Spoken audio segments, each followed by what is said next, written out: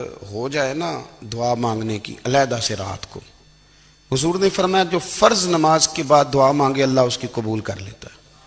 نبی پاک صلی اللہ تعالی علیہ وسلم نے فرمایا اللہ مسافر کی دعا قبول فرماتا ہے۔ حضور نے فرمایا اللہ مظلوم کی دعا قبول فرماتا ہے۔ حضور نے فرمایا بیمار سے دعا کراؤ اللہ اس کی دعا قبول فرماتا ہے۔ میرے نبی پاک نے فرمایا ماں باپ جب بھی اولاد کے لیے ہاتھ اٹھائیں، ویسے تے بلے شاہ تو آسمانی اڈ دیا ہی پھڑ دیں، جڑا گھر بیٹھا انہوں بڑھیا ہی نہیں۔ حضور فرمانے لگے ماں باپ جب بھی اولاد کے لیے دعا فرمائیں اللہ ان کی دعا کو قبول کرتا ہے۔ آپ اپنا تعلق بنائیں، دعا کے ساتھ، عبادت کے ساتھ، مصلی کے ساتھ رشتہ بنائیں، استغفار پڑھیں۔ صلاح الدین ایوبی صلیبی جنگوں میں تھے، رات کو مسجد اقصی میں نماز پڑھی تو پریشان تھے۔ ایک بزرگ سے ملاقات ہوئی تو وہ کہنے لگے کہ آپ بڑے پریشان ہیں۔ کہنے لگے حضور پریشان اس لیے ہوں کہ پہلے ہی مسلمان کمزور ہے، اب میں نے سنا ہے دشمن کا ایک بحری بیڑا وہ جنگی سامان سے بھرا ہوا آ رہا ہے، تو اب ان کے پاس اور تلواریں اور نیزے آ جائیں گے، مسلمانوں کے پاس پہلے ہی وسائل کی کمی ہے، پریشان ہو کس طرح کر کے مقابلہ کریں گے۔ یہ بات کہتے ہی صلاح الدین ایوبی نے بزرگوں سے کہا حضور آپ بھی دعا کرنا، دعا کی بڑی طاقت ہے۔ میرے نبی پاک نے فرمایا دعا مومن کا ہتھیار ہے، دعا مومن کا حضور نے فرمایا تقدیر کو سوائے دعا کے کوئی چیز نہیں بدل سکتی۔ دعا مومن کا ہتھیار ہے، یہ کافر کے پاس کوئی نہیں، یہ ہتھیار ہے مومن کا۔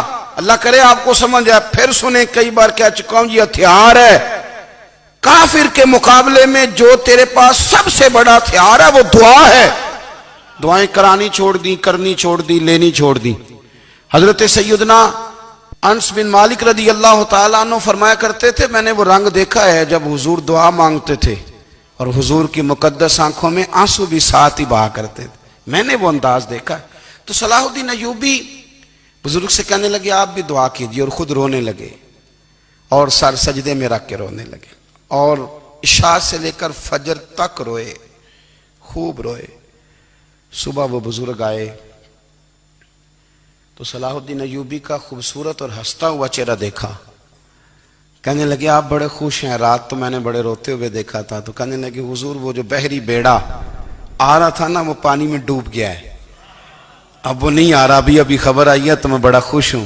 بزرگ کہنے لگے اٹھ سینے سے لگ اور سن ایک بات، وہ بحری بیڑا پانی میں نہیں ڈوبا، وہ تیرے آنسوؤں میں ڈوب گیا ہے۔ وہ جو تو رات رویا ہے نا رب کریم کی بارگاہ میں تو وہ ڈوب گیا ہے۔ بھائی اپنا مصلی کا، عبادت کا، وظائف کا، اللہ اللہ کا سلسلہ اس کو مضبوط کرے، اپنی دعاؤں کے تعلق کو مضبوط کرے۔ دعائیں بڑے انقلاب برپا کر دیتی ہیں۔ ہم تھوڑے تھوڑے نا جب سے خشک ہوئے ہیں نا، خشک، اور میری تو جماعت ہی صوفیاء کی جماعت تھی، ہم تو داتا علی اجمیری کی جماعت سے، ہم تو خواجہ اجمیری کی جماعت سے، ہم تو شیخ احمد فاروق سرہندی کی جماعت سے، ہم تو صوفیاء کی جماعت۔ ہماری جماعت نے بھی وہ تعلق جو ہمارے بزرگوں نے بنایا تھا۔ بزرگ اللہ کے قریب کیسے جاتا ہے؟ ہمارے یہاں نا بہت سارے لوگ کہتے ہیں جی نظر ہو گئی تو کام ہو گیا۔ بھئی جو بخاری مسلم میں طریقہ ہے نا اللہ کا قرب پانے کا وہ تو نفل ہے۔ نبی کریم علیہ السلام نے فرمایا بندہ نفلوں کے ذریعے رب کے قریب جاتا ہے، اور اتنا قریب جاتا ہے کہ پھر اللہ اس کی زبان بن جاتا ہے، اللہ اس کی آنکھیں بن جاتا ہے، کان بن جاتا ہے، ہاتھ اور پیر بن جاتا ہے۔ تو یہ تو عبادت ہے، یہ تو اللہ کی بارگاہ کی حاضری ہے جو آپ کو اللہ کے قریب کرے گی۔ تو نماز کو اہمیت دے کے ادا کریں، نمازیں موبائل بند کر کے ادا کریں۔ لیکن نا کچھ لوگ کہتے ہیں مجھے ٹائم نہیں ملتا نماز کا، تو میں کہتا ہوں یہ آپ نے بڑی جرت کی بات کی ہے۔ مجھے کو میرا پیر بھائی کہہ دینا میرے پاس ٹائم نہیں آپ کو ملنے کا، تو میں کہتا ہوں آج کے بعد آنا ہی نہ۔ تو کیا سمجھتا ہے، تو بہت بڑا آدمی ہے، تیرے پاس ٹائم نہیں ہے اور ہمیں ملنے کا ٹائم، موج کر۔ تو آپ نے اللہ رسول کو کہہ دیا ٹائم نہیں، اور عجیب فلسفہ ہے نا۔ کہا جائے نماز پڑھنے آؤ تو کہتے ہیں کپڑے ٹھیک نہیں، اگر کہا جائے کہ آؤ ذرا دعوت پہ چلیں تو کہتے ہیں ایک منٹ ٹھہر میں کپڑے بدل کے آیا۔ نماز کے لیے کہا تو کہتے ہیں ٹھیک نہیں، دعوت کے لیے کہا تو کہتے ہیں میں ذرا تیاری کر لوں، یوں جانا مناسب نہیں۔ یہ معاملہ ٹھیک نہیں۔ رب تو فرماتا ہے کہ جب تم مسجد میں آ تو زینت اختیار کر کے آ، خوب ذوق سے دعا مانگے، خوب شوق سے نماز پڑھیں، خوب استغفار کا مزاج بنائیں۔ آپ لوگوں کے بیچ رہ کے سوکھ حاصل کرنا چاہتے ہیں، لیکن آپ کو پتہ ہے کئی مہینے غار حرا میں رہنا بھی مدینے والے محبوب کا طریقہ ہے۔ ہر سال اعتکاف بیٹھنا